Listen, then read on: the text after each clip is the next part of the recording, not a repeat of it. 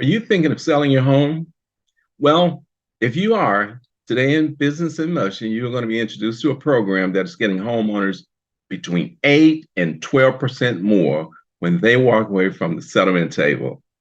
But also in the second part of Business in Motion today, we are going to be featuring in the spotlight Ms. Michelle S. Grant, and she's going to teach you about insurance, how to use insurance as an investment vehicle, but most of all, how to capitalize on a brand new programs made available through major insurance companies right here that will allow you to establish your own banking system.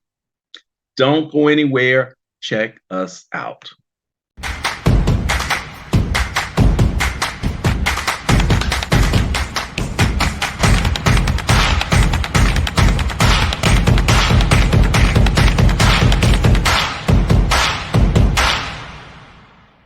Welcome to another edition of Business in Motion, a program that focuses on business and entrepreneurship from an Afro-centered perspective, right here on WMEG online radio in Baltimore, Maryland, the number one station in the nation with the dissemination of valuable information with no hesitation or reservation, but an obligation and dedication to the elevation of your present situation. I'm your host, RGL Biz Coach, and by the end of today's show, you're going to have the 7 keys on how to walk away from a settlement table if you're selling your home with 8 to 12% more money where it needs to be in your pocket. Also, in the second part of this program, Business in Motion, we're going to be featuring in the spotlight Ms. Michelle S. Grant, and she's going to be teaching you about insurance and how you can utilize insurance as an investment vehicle. But most of all, how you can use programs that are available today by major insurance companies to establish your own banking system. So stick around, you're going to enjoy it. The all-new WMEG Radio. And welcome back to Business in Motion, a program that focuses on business and entrepreneurship from an Afro-centric perspective. I'm your host, RGL Biz Coach. And in this segment of Perspectives, as I stated, you are going to receive the 7 keys to maximize profits from any real estate deal. Doesn't matter, as stated, whether or not this is a property that you have bought to flip, if it is one that you have been owning for a long time, or it's just a property that you got to sell. It happens to be your residence. Doesn't matter. You can apply many of these keys to be able to maximize profits. But initially getting started, I'm going to be speaking as though you are an investor, all right? Because we'll get to the end part, and that's going to apply to any of the situations that you might be. But to start with, let's assume that you are functioning as an investor. Here's the first key. Number 1, identify the right deal. That's what I'm telling you. That's very important, is to be able to identify the right property.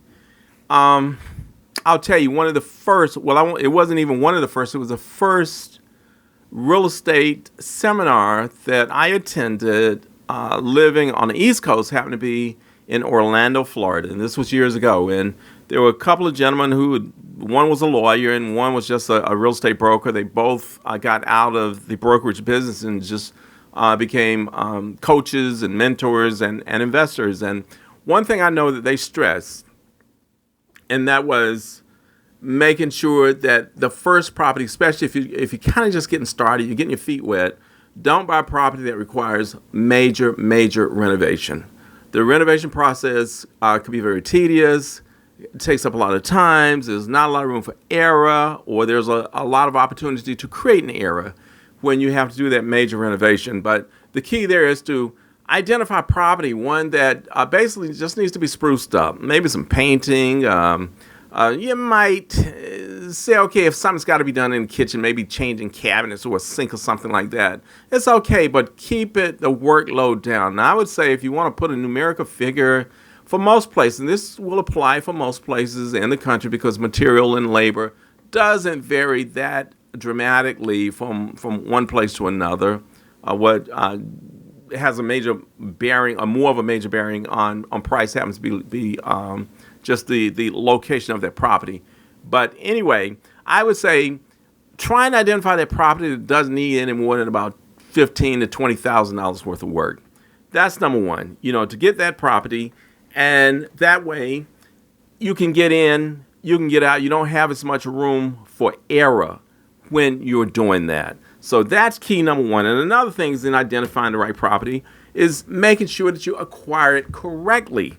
Now, when you're functioning as an investor, there's a lot of things that you could do. You have a lot of flexibility and all, but I would say, first of all, after identifying that property that doesn't need a lot of work, just a minimum work, is if you can get one that was built after 1978, I would highly advocate that. And the reason being is because if the property was built prior to 1978, there's a good chance there might be lead in there. And if lead is in it, then you might have to be concerned with abating the plumbing system. A lot of the paint has lead, and they're very strict. I mean, like very strict on this right now, simply because that lead can create major problems. And basically, if you're drinking it, if it happens to be in the plumbing system, it can cause problems later on, even if you bought the property, if you were renting it, or even if you sold it. If those things are in there, you have a chance of some of these things coming back to you. So if you can find that property that was built after 1978, I would highly advocate that. Another, when you're actually getting that property, there's more than one way to actually acquire it. What I'm speaking about is the financing aspect of it, and you can get a little creative. And again, if you can identify that right property, doesn't require a lot of work, and if you can get owner to hold financing, because your key is to get in there in a hurry and to get out. And so what I'm going to say, or what I was taught also, that when you're having to go to a bank, if you're an investor and you're having to go to the bank to get those mortgages and everything, that you're a sucker. Yeah, they said that bank financing is for suckers. And this is mainly true if you, well, it can be true for both, but mainly if you're an investor, and to try and use alternative methods to be able to acquire that property that doesn't require you to have to go and sign a mortgage, note and deed of trust, you got to do that, but doesn't require you to have to go to a bank and qualify for a brand new purchase money loan to actually get that property. So very important. And the other thing I want to say is, you can actually make this happen if you have limited funds, simply because if it's not a lot of work that's required, you use the right strategy to acquire it. I'll just say for this point, owner financing. And once you get that property, with the work that needs to be done, you can cut a deal. Get you a contractor that's willing to work with you, even if you got to give the contractor a little bit of profits on the back end, maybe a little bit more. Let's say if their labor and all was going to cost $10,000, say you can beef it up and say, look, you'll give them an extra 50% if they would be willing to work with you. Whereas if you would get the materials, and you would get the materials by just opening an account at a Lowe's or a Home Depot or someplace like that. But in other words, you provide those materials and cut the deal with a contractor to get in and do this work, or some of it you might be able to do yourself, simply because we're not talking about doing major work, mainly painting. And if it's carpet's got to go down, well, simply you just call the carpet company and they'll come to there, do those installs. But that's functioning very smart, and it prevents you from getting deeply, dug into all those problems that could actually occur when you are trying to do a major renovation. So that's step number one, is identifying that right property. And I'll say step number two is make sure that you get in and get out quickly. In real estate, when you're doing these properties, time equals money.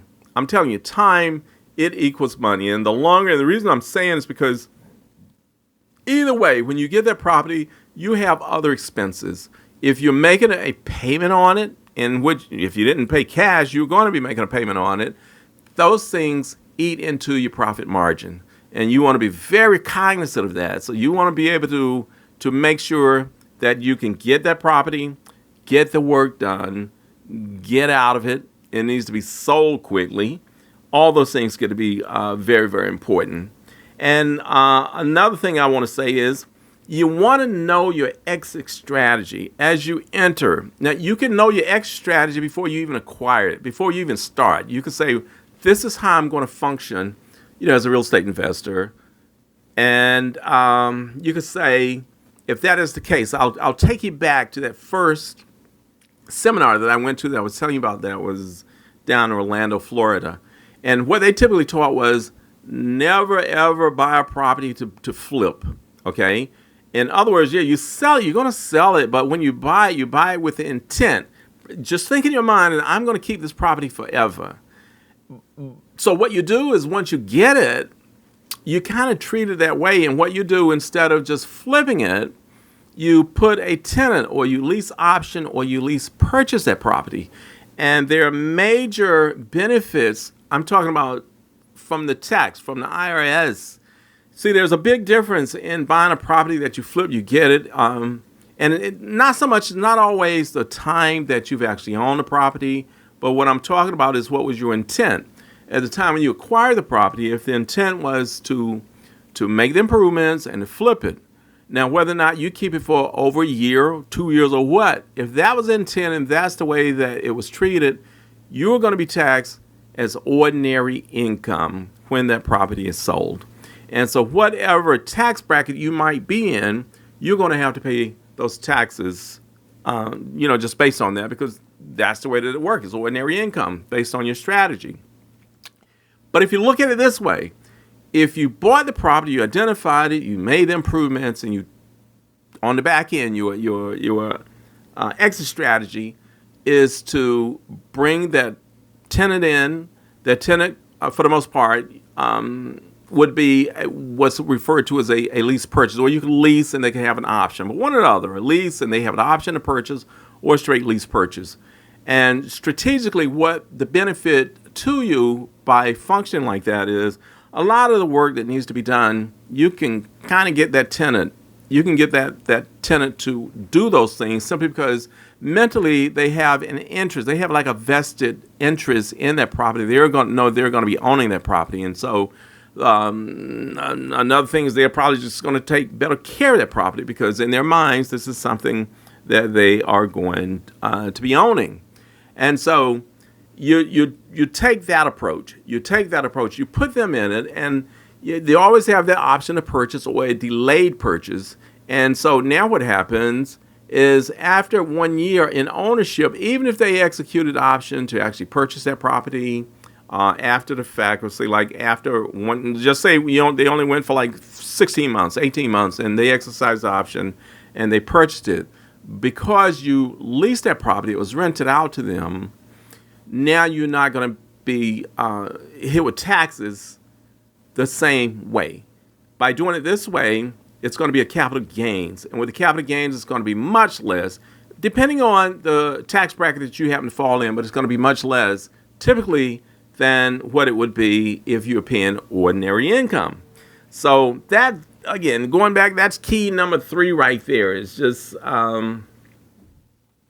knowing your strategy, what you're going to do when you actually acquire the property. And again, you know this up front. And by knowing it up front, it allows you to put a lot of things in motion. You can, build strategy and everything, and you can execute throughout the whole process because you know what's going to be done. And actually, with some people, you can run those ads in, like I was going to say paper, but not so much the classifieds, but you can put it out there on different platforms. And, before you know it, you'll probably end up with a database of future buyers or future tenants who, just because you can't sell it but to one, you can't lease it but to one person, but you might end up getting 10, 15, 20, who knows how many, especially the way that the market is today with this big shortage of inventory.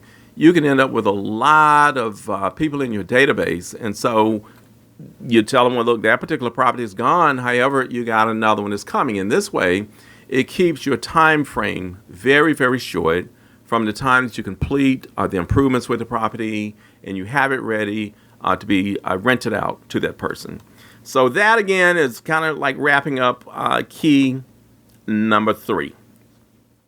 Now, again, with key number 4, kind of spilt over into that again. We're speaking about minimizing tax obligations, and again, that was the ordinary income versus capital gains. And like I say, it could be it could be enough that it can make a big difference in what you're taking home, what you're putting in your bank. So let's go ahead and we're going to go to key number 5. Key number 5 is like increase profit margins by selling for higher prices. Okay, now this is where things kind of shift. I want to kind of shift from just speaking about you selling the home as an investor, or if you were just selling the home. It could be your residence. But bottom line, when you sell, your objective is to walk away with the most amount of money in the right pocket, and that happens to be your pockets. And so what are some things that you can actually do to increase the amount of money that you're going to be walking away from the table with? And I'll tell you, this kind of leads into this whole thing about brokerage. How are you going to go about selling the property? Now, I will say that most property owners, when they sell their home, they hire a real estate agent, and the agent pretty much handles most of that. And in saying so, you have different types of agents who are out there, or brokerage companies. They're basically, you're going to have a full service versus discount brokerage. Now, that's very important because some of those words, when people think about saving, like, okay, I want to save. If I can save this, if I can save a couple of percentage points here, I'm going to walk away with more money. But I'm here to tell you that's not always the case. Being a person who's been an agent for more than 40 years, I can tell you that discount brokerages and trying to sell the home yourself doesn't typically, in most cases, does not net you the most money. Again, you might save some, but you have to look at that.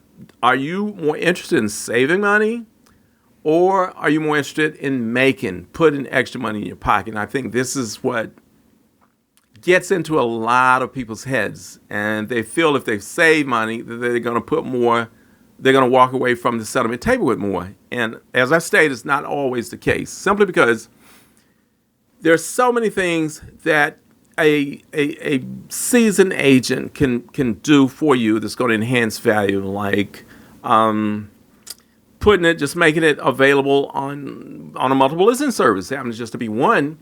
And most full service real estate brokerages, they're going, they have to make that property available to be in compliance with the laws and the policies of actually being a realtor. So utilizing a realtor, there's a certain level of knowledge that these particular people have. And as I'm saying, they're typically going to be able to get you more money for your profit. Now, there are realtors also that happen to be working for discount brokerages. And with statistics, you can, rather than me quoting the numbers, I'd rather for you to go and even check them out yourself. You can just see the difference between what home sellers net by utilizing full service brokerages versus discount real estate brokerages companies. And you're going to see that for the most part, the full service brokerages provide more. A lot of times when you're working with a discount brokerage firm, there's a lot of things you might have to do. They might say, well, okay, what we'll do, we'll just list that property. We'll put it on the multiple listing service for you. And you would just give us like 1% for doing so, or whatever that fee, whatever the number might be. That's what you ought to get. But then you have to realize if they put it on the multiple listing service, what you have to do is when the buyer, when the agent who's actually selling, because typically the listing agent doesn't sell the property, it's going to be another agent working with another brokerage firm, or even with your firm or that firm of the discount brokerage. But they're going to be representing that buyer. And typically, as it stands right now anyway, the seller is going to be paying for that agent. Even though that agent is actually representing the buyer, the way it stands right now is it's going to be paid. And typically, you're going to be talking somewhere between maybe 2 and 3% extra. So if you are being charged 1% by the discount brokerage company, and they're not doing much for you, they're just basically putting it on a multiple listing service, making it available. They're giving it exposure, and that main exposure is going to be given to other agents, and those, you know what I'm saying, also it goes to Zillow. It's going to be featured on Zillow, and it's going to be featured on Realtor.net simply because it's on the multiple listing service. But anyway, that's what they're going to be providing. But when it comes to negotiating and things of that nature, now there's a lot of ways that can be actually executed or work with discount brokerages. But if you want to execute, if you want to negotiate yourself, the typical person, there are just too many nuances associated with a real estate transaction for you to be able to make that best decision. I'll put it like that. And this is, I would say, is the reason why full service brokerages typically sell homes for more. Sellers net more when they're using full service brokerages. I'm going to go to key number 7. Now I want to talk about this company, and I can speak clearly about them simply because I happen to be affiliated with this company. I'm actually a regional director for the 72 Soul home selling system. Now, with 72 Soul happens to be a company that provides training. They do marketing. They're marketing experts, and they're based in Phoenix, Arizona. And a short period of time that they've actually been in existence, maybe about 4 or 5 years, they've blown the doors off all of the real estate brokerage firms that happen to be in the Phoenix area. I'm telling you, just totally gone by, man. The level of work, they are much more efficient than any of the other brokerage firms. And I'm talking about large firms. I won't even call names because you already know them. But in the same geographic location, they are just much more efficient. It's like their agents are typically doing 3 or 4 times as much as the other typical agents. And, that's the one thing. That's only talking about productivity. But what I like about this 72 Soul home selling system is what it does for the home owner, for whoever's selling their property.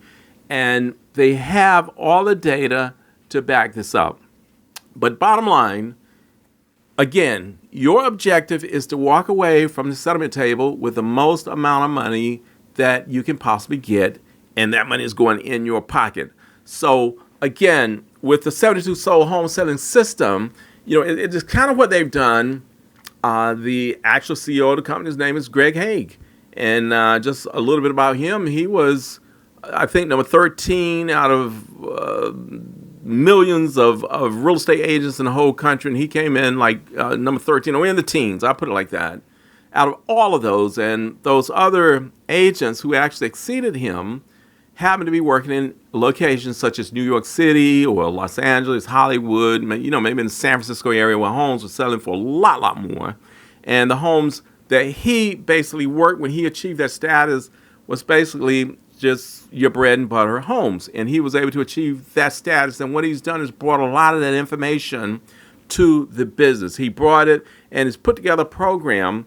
And I can tell you this, they're full service, but it's worth it to you simply because the last survey, or let me say this, since they've been in existence, homeowners have been walking away netting 8.4 to 12% over and above what other traditional agents have been selling for. Now, that's significant. If you think about it, you think about that. If you're talking about walking away with 8.4 to 12%, and for just wrapping up the first half of 2023 with over 9,000 homes sold, and this is all verified and vetted through an independent research firm, totally independent, they're 9.2% over and above what traditional real estate agents are actually doing. And I'll tell you, the system that the 72 Soul actually does, it's like a combination of an auction and traditional real estate. And to the homeowner, you kind of get the benefit of both. You get the benefit of both sides. But they have a way of being able to identify the right buyer for your property, and this is typically done over 3 days, or it's like an 8-day process, and it's like a 72. The reason for the 72 is because you're looking at things really starting on a Saturday, and this would go on for, it's like a launch. Typically that would be on a Saturday, and then Sunday is another day in which agent would be getting back with those people who were interested, and then on Monday introducing those contracts after they bidded them up to the seller to accept the sale. That's where the 72 came from.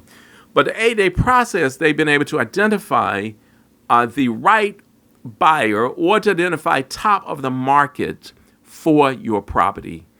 But bottom line, what I'm saying, they work very quickly. They realize that time on the market is like asset to the perceived value of a buyer. When they sit at home, sitting on the market for a long time, just right away, they'll start to believe that there's a problem, and typically they'll think it's price, and they get it down. So with the 72 sold system, what they're capable of doing is acting quickly, identifying that buyer, getting you the highest and best, and get into the settlement table so you don't start clocking a lot of days on the market. And with that being stated, that's going to kind of end that 7. Those are your 7 keys right then. I'm going to kind of end things on that note, but I will say, again, I don't care where you are. If you're in the United States of America, there are agents that work 72 sold pretty much all over the country. And if you are interested, I'd say go to my website. Just go to that businesscapitalinmotion.com and just key in, and you can just send information that you're interested. You'd like to know how you can get 9.2% over and above what other agents can get you. And with that being stated, we're going to end this section, perspective. Again, coming back, I've got Miss Michelle Grant, and she's going to be talking about insurance. She's going to be talking about annuities and how you can use these things, in business, and how they can be utilized as an investment vehicle. So we're going to go ahead with coming up right now. I'm going to give you my main boys, Earth, Wind, and Fire. EWF is coming up right now.